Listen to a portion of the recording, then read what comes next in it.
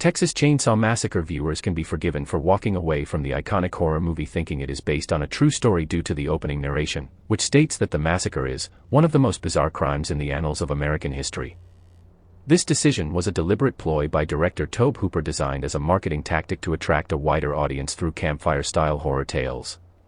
He also wanted the misleadingly narrated information to respond to cultural and political discussions involving the government's deceit toward the public during the 1970s.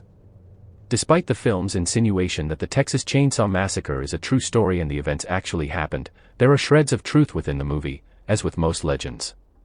The Texas Chainsaw Massacre conceptually was born from the shocking true crimes emerging in post-war America in tandem with the rise of sensationalist, nationwide news cycles.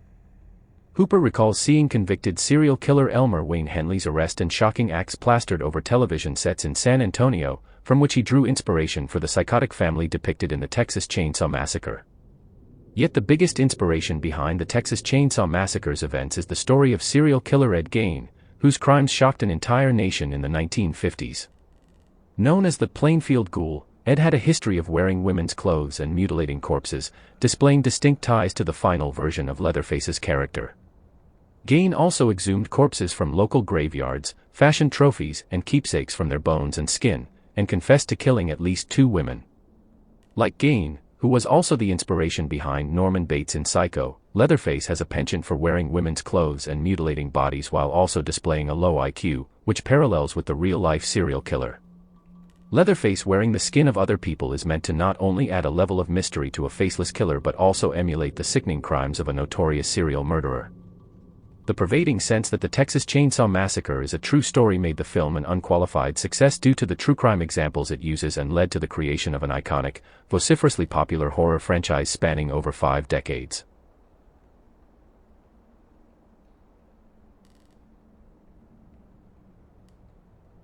In early August 1919, 8-year-old Ray Robinson was walking with his sister and a few friends in New Castle, Pennsylvania, when they noticed a bird's nest perched atop a tree next to an abandoned trolley trestle. Wanting to get a closer look, Ray climbed up, but he accidentally touched a wire that had once powered the trolley. Almost a year earlier, another boy who'd touched the same wire died after 2 painful weeks, yet the power line was still active when Ray reached for it. He was severely electrocuted. His nose, lips, ears, and eyes were all gone or misshapen. His arms were maimed. One of his hands was blown clean off. His suffering was unimaginable. Somehow he survived. Doctors marveled. But Ray didn't have much of a life after that, at least for a while. If you look at old Victorian homes, so many of them have isolated rooms with drains and plumbing and everything you need to live, right there, said Tisha York, a documentarian who spent 3 years researching Robinson for an unreleased film about the Green Man. Back then, this is where families kept children like Ray.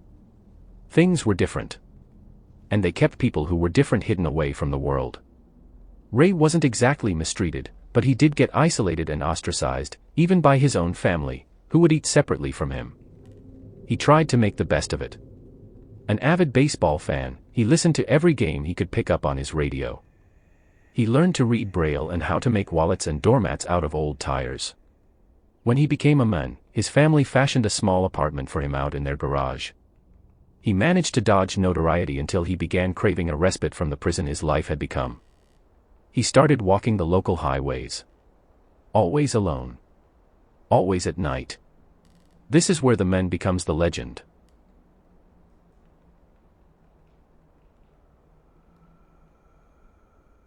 Andre Rand worked as a janitor at the Willowbrook State School on Staten Island, a place whose name alone has the power to frighten adults and children alike. The institution, built as a respite for children with intellectual disabilities, was revealed to be a living hell in the 1970s, although authorities wouldn't close the school until 1987. The children there had been subjected to rampant sexual abuse and corporal punishment, and severe overcrowding led to unsanitary conditions. It was also home to what has been called one of the most unethical medical experiments on children in the United States. In the name of hepatitis research, medical staff intentionally injected healthy children with the virus, many of whom became severely ill as a result. The public wasn't aware of the conditions inside the school, given that many of the children inside had sadly been abandoned by their parents and the foster care system, leading to little accountability. In 1972, a young Geraldo Rivera published an exposé that revealed the horrific conditions inside the Willowbrook State School and ignited a national scandal. The school was officially closed 15 years later, and the negative publicity contributed to the successful passage of federal civil rights legislation that protects the mentally disabled and other people who have been institutionalized. That same year, Andre Rand, former janitor of the School of Horrors, was arrested in connection with the disappearance of Jennifer Schweiger, a 12-year-old girl with Down syndrome. At the time, Rand was homeless and living in a makeshift campsite on the grounds of the abandoned school, not far from the ruinous Seaview Hospital that was so closely tied to the Cropsey legend. Over a month after her disappearance, searchers found Jennifer's body in a shallow grave on the desolate school grounds where the drifter was living. Rand was charged with murder.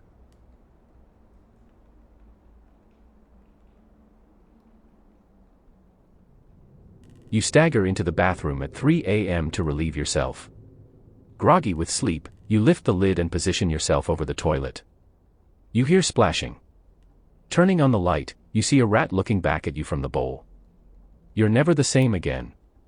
Urban legends about animals in sewers have been a staple of scary stories, particularly the one about baby alligators being flushed down toilets and then growing to adult size in waste channels. These are most often told about New York. Not true. While alligators and crocodiles have been found in New York, they're generally released and found above ground, and it's thought that New York is too cold for them to survive for very long. But finding a rodent in your toilet, inches from very vulnerable areas of your body, is a particular kind of domestic terror, and one that happens to be possible. Drain plumbing for toilets is typically 3 inches in diameter or more, plenty of space for a rat to climb up. The animals are attracted to sewage lines due to undigested food and feces and can travel through pipes before emerging through an opening and into your bathroom. And yes, rats can be somewhat testy when they complete their journey. One aquatic rodent bit the rump of a female victim in Petersburg, Virginia, in 1999. In Seattle, the issue is common enough that public officials have given advice on what to do in case you encounter one.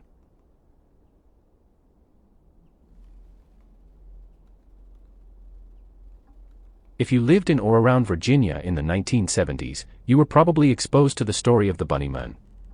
In the tale, an escaped mental patient takes to gutting bunnies and hanging them from a bridge underpass. Later, the men is said to have graduated to gutting and hanging teens in a similar manner. Locals were cautioned to never be caught near the underpass, which is now known to most people as Bunnyman Bridge, on Halloween night. This story likely spawned from the very real presence of a roving madman in the area.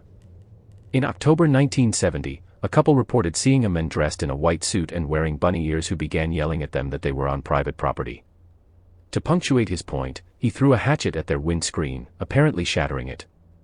There was a second sighting of Bunnymen 2 weeks later, when a security guard spotted a hatchet-wielding man chipping away at a porch railing.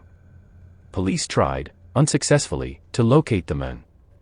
While he didn't disembowel anyone, the thought of an adult wielding both a hatchet and a pair of rabbit ears somehow manages to be just as disturbing.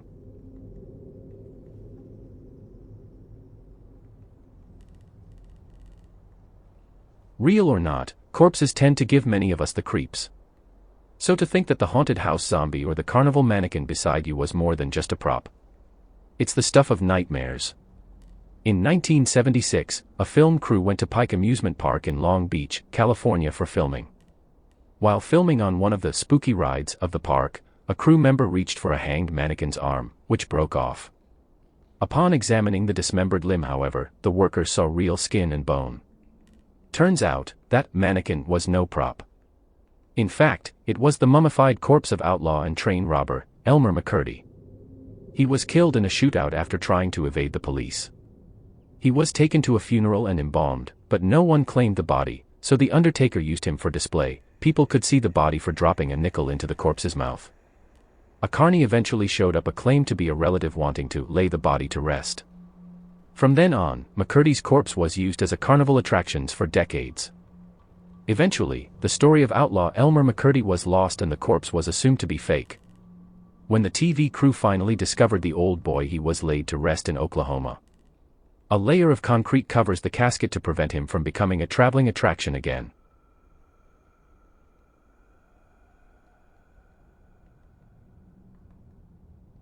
I think most of us have probably heard the story of someone being buried alive. Some person was proclaimed dead and was buried but later woke up, alive in their casket.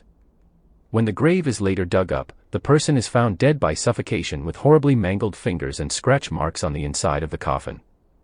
The story of Octavia Hatcher is likely the source of this legend. She fell ill and went into a coma in the late 1800s. Not long after, she was pronounced dead and swiftly buried.